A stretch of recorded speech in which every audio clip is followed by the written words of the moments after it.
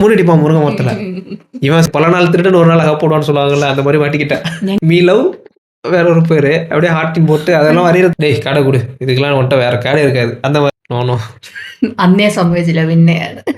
முருங்கை மரம் உடஞ்சே போயிடுச்சு. எல்லாருக்கும் வணக்கம். എല്ലാവർക്കും നമസ്കാരം. போன வீடியோவில் கொஞ்சம் லைஃப் ரிலேட்டடான ஃபேக்ட்ஸ் பார்த்தோம் 90s 80s. இப்பயும் அதே தான், அதோட பார்ட் 2ன்னு வச்சுக்கோங்க, அதை பார்க்க போகிறோம். Let's go. ஃபஸ்ட்டு ஃபேக்ட் நான் சொல்கிறேன். சின்ன வயசில் வீட்டில் ஹார்லிக்ஸு காம்ப்ளன்லாம் வாங்குவாங்கல்ல, அதெல்லாம் வச்சுருப்பாங்க. நமக்கு டீயில் அதை போட்டு குடிக்கிறத விட அதை திருடி திங்கிறது தான் ரொம்ப பிடிக்கும். അത് ശരിയാണ്. ആ ടീ ഇടുന്ന ടേസ്റ്റിനെക്കാളും അതും കാണാതെ എടുത്ത് കഴിക്കുമ്പോൾ അതിന് രുചി കൂടും. அது எப்படின்னா, டீயில் போடுறப்போ அம்மா வந்து கஞ்சம் பிடிச்சிக்கிட்டு கொஞ்சம் கொஞ்சமாக தான் போடுவாங்க. நம்ம அப்படி இல்லை, போனால் 2-3 ஸ்பூன் எடுத்து வாயில் போட்டு இப்படி ஓடுறது. நான் சின்ன வயசில் எங்கள் மாமிக்கிட்ட அப்படி தான் மாட்டிக்கிட்டேன். அது எங்கள் மாமியோட பசங்க பிறந்த டைமு, நான் 6th 5th படிச்சிருந்த டைமு. அவங்க ஒழிச்சு வச்சுருந்தாங்க, நான் போய் திருடி தின்னுட்டு இருந்தேன். டெய்லி தின்னுட்டு இருந்தாங்க. கடைசியில் மாட்டிக்கிட்டேன். அந்த ஒரு நாள் திருடன், இது பல நாள் திருடன் ஒரு நாள் போடுவான்னு சொல்லுவாங்கல்ல, அந்த மாதிரி மாட்டிக்கிட்டேன். ഞങ്ങൾക്ക് കിച്ചൺ സ്ലാബ് താഴെ വന്നിട്ട് സ്പേസ് അല്ലേ, അപ്പൊ ഞാൻ മോളിൽ നിന്ന് എടുത്തിട്ട് അതിന്റെ ഇടയിൽ പോയി ഒളിച്ചിരുന്ന് കഴിച്ചിട്ടുണ്ട്. அந்த டைம் அதுதான் நம்ம சைல்ட்ஹுட் மெமரிஸை பற்றி அப்படியே கண்டினியூ பண்ணுவோம், ஃப்ளோவில் போயிடுவோம். ജോമെട്രി ബോക്സ് ഉണ്ടല്ലോ, അത് നല്ല ഇഷ്ടപ്പെട്ട് വാങ്ങും. പക്ഷെ അത് പഠിക്കുന്നതിന് യൂസ് ചെയ്യുന്നതിന് പകരം ബാക്കി എല്ലാ കാര്യത്തിനും യൂസ് ചെയ്യും. സ്പെഷ്യലി അതിൻ്റെ അകത്തുള്ള ഡിവൈഡർ, അത് സ്റ്റിൽ അത് എന്തിനാണെന്നറിയില്ല. அது அளவெடுக்க എന്നൊക്കെ ചിലർ പറയുന്നുണ്ട്. അപ്പൊ പിന്നെ காம்பஸ் എന്തിനാ? டிவைடர் எதுக்குன்னு தெரியாது. எடி சிற்பிங்க எல்லாம் கல்லில் செதுக்குவாங்கல்ல, அந்த மாதிரி அந்த டிவைடர் வச்சு தான் நாங்கள் முன்னாடி லவ் பண்ண பொண்ணு பேர்லாம் கல்லில் செதுக்கிட்டு இருந்தோம் டேபிளில். ഞാൻ കണ്ടിട്ടുണ്ട് ഈ ടേബിളിലൊക്കെ പേര് കുത്തി. ஆமா, மீ லவ் வேற ஒரு பேரு அப்படியே ஹார்ட்டின் போட்டு அதெல்லாம் வரையறதுக்கு அப்புறம் எதை யூஸ் பண்ணோம்? ശരിയാ. என்னங்க ഇപ്പൊ ഓർമ്മ വരുമ്പോ അയ്യോ എന്തൊരു ഓർമ്മയാ അതൊക്കെ. சிற்பிடி நாங்க. വൈറ്റ്നർ വെച്ചിട്ട് എഴുതുന്നത്. പക്ഷെ വൈറ്റ്നർ പോവും ചുരണ്ടിയാല്. ഈ കാമ്പസ് വെച്ചിട്ട് ചെയ്യുന്നത് ഈ സംഭവം കുത്തൊക്കെ കണ്ടിട്ടുണ്ട്. அதனால நாங்கள் எவ்வளோ பெரிய பெரிய போராட்டங்களாக கடந்திருக்கோம் தெரியுமா அந்த டைமில். அதெல்லாம் இப்போ சொன்னால் அப்புறம் சத்தியம் சொல்கிற மாதிரி ஆகிடும். அது நாங்களே எங்களை ஒத்துக்கிற இது என்ன சரண்டர் ஆன மாதிரி ஆகிடும். நோனோ അന്നേ സംഭവിച്ചില്ല പിന്നെയാണ്. இப்போல்லாம் நான் பார்த்துருக்கேன், பசங்க வந்து பென்சில்லாம் இந்த ஓரளவுக்கு வந்ததுக்கப்புறம் நிப்பாட்டிடுவாங்க யூஸ் பண்ணுறத. ஆனால் நான்லாம் அந்த டைமில் அந்த பென்சில் வந்து இவ்வளோ தான் இருக்கும், அதையும் பிடிச்சி எழுதிக்கிட்டு இருப்போம். பென்சிலில் 2 பக்கம் சீவி வைக்கிறது, பின்னாடி ரப்பர் இருக்க பென்சிலாக வச்சுருந்தா மாசு. அப்போ ரப்பர் உள்ள பென்சில் வச்சுருந்தா ரப்பரை மோந்து பார்த்தா அது நல்லா வாசம் வரும். இப்போல்லாம் பாரு பசங்கள்லாம், நீவா தான் டீச்சர், அவள்கிட்ட கேளுங்க, நிறையா சொல்லுவாள்.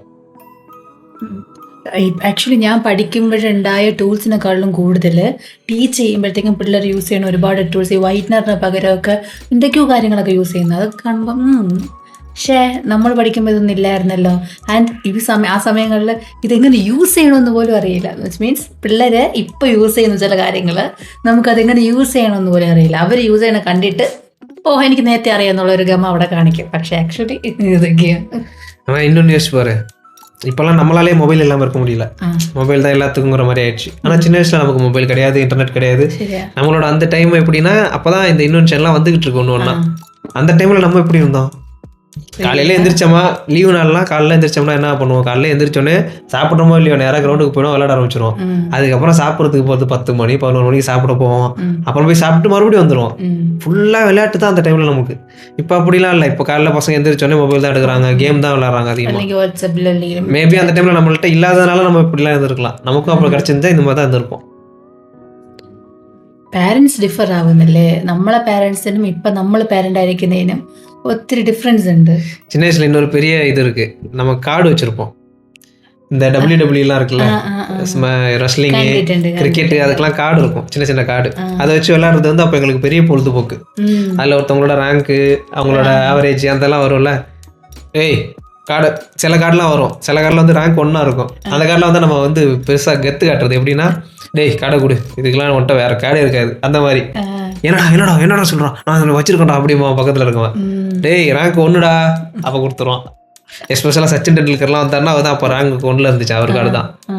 ரெஸ்லிங்லேயும் அந்த மாதிரி அண்டர்டேக்கர் நினைக்கிறேன், அது மாதிரி யாரோ ஒருத்தவங்க 1 இருப்பாங்க. அந்த கார்டு வந்துட்டாலே சிலருக்கு வந்து ஹைட் அதிகமாக இருக்கும், அவங்க கார்டு வந்துட்டு அவங்க தான் ஹைட்டு, வேறு யாருமே கிடையாது.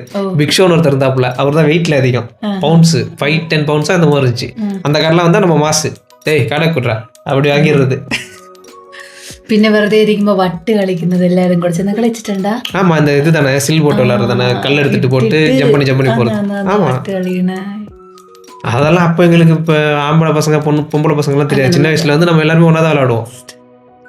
கட்ட கட்டமாக போட்டுட்டு தாவணும், தாவிடாராமான்னு കോള് ഫസ്റ്റ് 3 ഇടും, 2 2 3 എന്ന് വെച്ചിട്ട് അത് കഴിഞ്ഞിട്ട് കൂട്ടും എത്രത്തോളം അതാൻ പറ്റുമെന്ന്.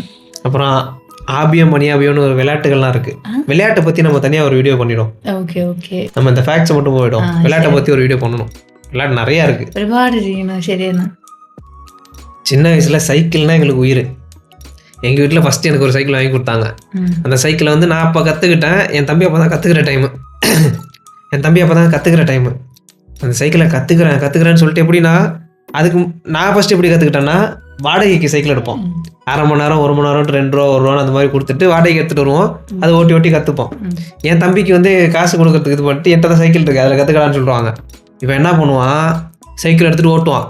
நேராக போயிட்டு ஒரு ரவுண்ட் அடிச்சுட்டு வந்து நிப்பாட்ட தெரியாது. எங்களுக்கு யாருமே கற்றுக்கிற டைமில் எப்படி சைக்கிள் நிப்பாட்டணும்னு தெரியாது. நான்லாம் என்ன பண்ணுவேன்னா, நேராக போய் அங்கே மண்ணு குவிச்சு வச்சுருப்பாங்க, இல்லை ஏதாச்சும் மணல் மாதிரி இருக்கும், அங்கே போய் விட்டுட்டு டங்குன்னு விழுந்துருவான். இவன் என்ன பண்ணான்னா, 8th வீட்டில் ஒரு முருங்கை மரம் இருந்துச்சு.